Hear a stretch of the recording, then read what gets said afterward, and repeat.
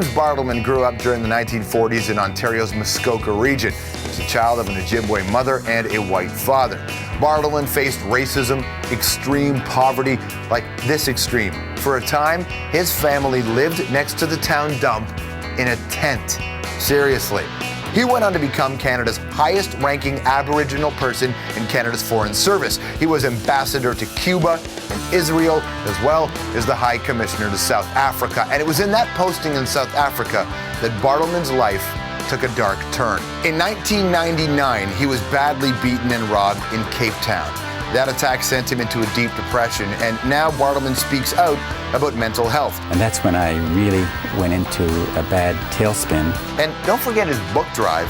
These are all for your school. Look at that. To promote First Nations literacy, Bartleman has airlifted more than 2 million books to schools on reserves in Ontario. And if that's not enough, let's flash back to 1972. Bangladesh, and Bartleman opened Canada's diplomatic mission there, and he helped bring in huge volumes of vaccine to end the world's last major outbreak of smallpox. There's the man's life, and here's the book that he wrote. It's called Raisin Wine, A Boyhood in a Different Muskoka. James Bartleman joins us. Nice to meet you, Jason. James, how are you? Good. You know, James, what I like about this is the subtitle here is A Boyhood in a Different Muskoka. Because when people think about, and if you're not from the Toronto area, Muskoka may not ring a bell, but every neighborhood has it, a high-end, fancy place where everybody goes in cottages. That's what people think of Muskoka now, but it was not like that when you grew up there. Well, it was that way, but not for a lot of people. Because it was the 1940s and the early 1950s, and there were a lot of poor people around, and also it was a different era in terms of racial attitudes. But the point is, you went from that to the position that you're in now. Could you have ever imagined that this is where you would be today? No, we went from living up by the village dump to living in something which was even more fantastic, and that is an old house, 3 rooms, 1 room downstairs, 2 rooms upstairs, that had been abandoned. And what it had, which was really special, was its own ghost. Because a neighbor, some years before, had hanged himself in the apple tree in the backyard, and this ghost inhabited the house till we got there. Then it moved back out into the apple tree, and that was one of the leitmotifs of my early years, was living in a house with its own ghost, and that's how I begin the book. You know, talk about someone hanging themselves. The story that we'd mentioned off the top in Kashechewan, 21 kids, attempting suicide, young people. And you were just there. Yeah, I talk about the ghosts and all the rest, and it's a true story, but I don't want to trivialize what is going on in Northern Ontario, which is an epidemic of suicides. We have in Northern Ontario, above the CNR railway line, we have the third world, where people are out of sight, out of mind, and where they are in really difficult circumstances, where the kids, when they hit puberty, the age when my book ends, they turn towards suicide. They give up, and they have suicide pacts among themselves. And because when they look at the outside world, they just see a world which they don't feel welcome in. And very important, they never had equal opportunities up there, in the sense of not having books in their libraries, not having opportunities to dream. And so some 350 kids in that one area have killed themselves in the past 10 years. And it goes on year after year. And as you said, in Kashechewan, there were 21, 22 kids attempted to kill themselves. 1 completed suicide. And I went up to talk to the kids and to try to bring to them, the gift of books and imagination, to try and see if what got me going when I was a kid could work for them. That's really what it was reading, right? I mean, you were working for the Toronto Star, and before your shift you read the newspaper? Is that how you were able to break out? Well, I very early on realized that reading was my key to getting out of a life of poverty. It was also a key into the world of imagination, which allowed me to dream. Therefore, it gave me coping skills to deal with difficult circumstances. When you go up to speak to kids, and I know that in certain parts of this country, when they've been talked to, they hear these stories, are you finding that there's a receptive audience? Are they listening to what you're saying? Are you just trying to get one in the group? Like, what's it like when you're actually trying? Because these are very real. You called it the third world, and it kind of is.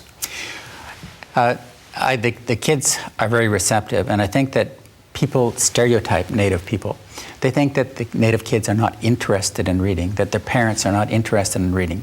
50% of the children in that whole region, which is bigger than France and Northern Ontario, are defined as special needs kids when they start grade 1. But not because they're not intelligent, it's because they've never had access to books. And until I established libraries, there were no libraries in the schools. And so they didn't have equal chances. So what I have done is I have built coalitions, partnerships between the Native leaders, the chiefs of the province, the Grand Chief Stan Beardy in particular of the Anishinaabe Nation, and a whole group of people of goodwill in the non-Native community.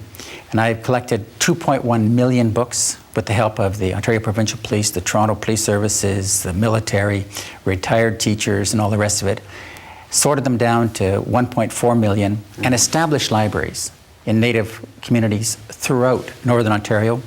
And also I sent 4 tractor-trailer loads of books to Northern Quebec, to the Native people there. We have books going up through the Northern Store system into Nunavut. And these are all given by people of goodwill so that the kids can dream just the way I did when I was a kid. Does it kind of bother you that it has to be you and people of goodwill who do this and not the government of Canada? And it's not just one party. This is a group of people who've been failed by successive governments. That's true. There is just a mishmash of 3 competing levels of government, provincial, federal, and Native. But my focus is on something very practical. I don't worry about who is the victim, who has entitlements, who should feel guilty. I just see a kid who needs a book, and I manage to get books into their hands.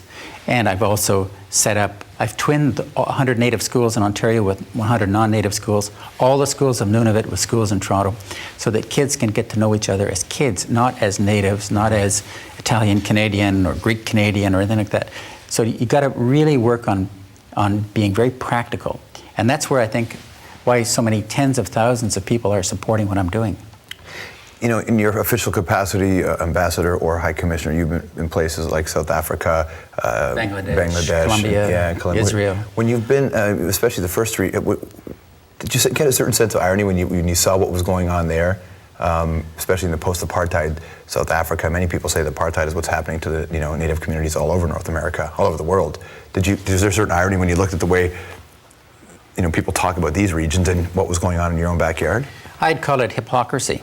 That we Canadians, and this has been a trait of our personality, individually and nationally, going back 150 years, we are moralizers.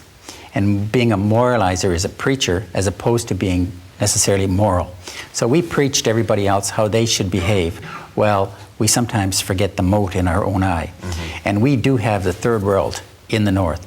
And we really need to introduce links between the ordinary Native person and the ordinary non-Native person to break down these stereotypes. And we have to do practical things, like making sure these kids have equal opportunities in terms of education, in terms of books that they can read, in terms of linkages with other people. And they don't have it now. Nice to see you. Thanks for coming in. Thank you very much. James Bartleman, everybody. All right, coming up next, one of the country's most celebrated writers and social activists, and she is facing the reality of her cancer in quite a brave fashion. June Calwood, very candid in her last interview. The death of the young is inexcusable, but no, you won't find many people in their 80s who aren't thinking, oh, it's about time.